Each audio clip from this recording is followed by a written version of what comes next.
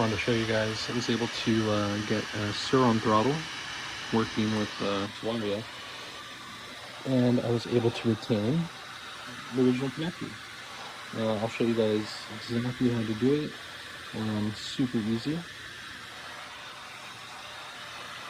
So I use these easy solder solder pucks, and the way I soldered it was blue to blue, black to black, and brown to red. So yeah, that's the wiring that you're going to want to do. Black to black, blue to blue, brown to red.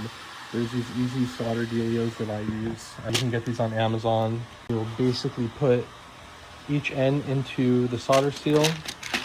You want to make sure that the solder seal looks like this, and you want to make sure that each cable end is put in and touches the middle, because the middle has the solder. Okay, and you're going to hold it up to your heat gun, like I've got my heat gun over here, and then it'll do the thing. Solders them and holds them all together, so you can easily solder stuff like this without actually having to break out. And then once you've done this, you can just heat shrink this after.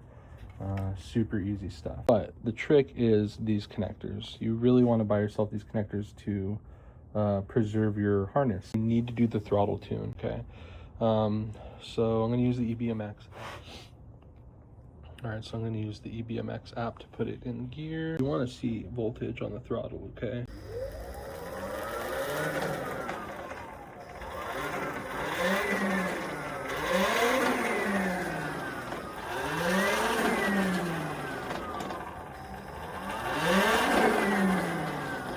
One thing to note is that this throttle actually feels a lot better than the stock Talaria throttle.